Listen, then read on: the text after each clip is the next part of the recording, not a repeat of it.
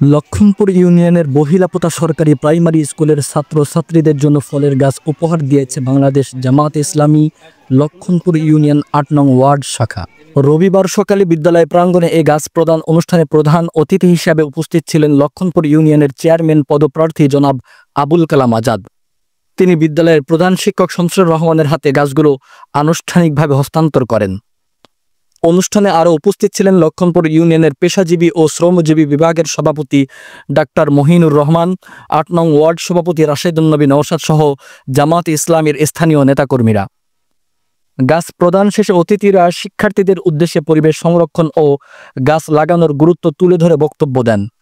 বক্তারা বলেন, বিদ্যালয়ে গাছ লাগানোর মাধ্যমে শুধু পরিবেশই নয়, ভবিষ্যৎ প্রজন্ম উপকৃত হবে। বিদ্যালয় কর্তৃপক্ষ এই উদ্যোগের জন্য জামাত ইসলামের নেতৃবৃন্দকে ধন্যবাদ জানায়। কমলমতি শিক্ষার্থীরাও এই উদ্যোগে আনন্দ প্রকাশ করে এবং জামাত ইসলামের প্রতি কৃতজ্ঞতা জানায়। আমরা সবাই গাছের ফল খাবো। আজকে আমাদের স্কুলে জামাত ইসলাম আম গাছ জাম গাছ দিয়েছে, তাই ওনাকে ধন্যবাদ জানাই।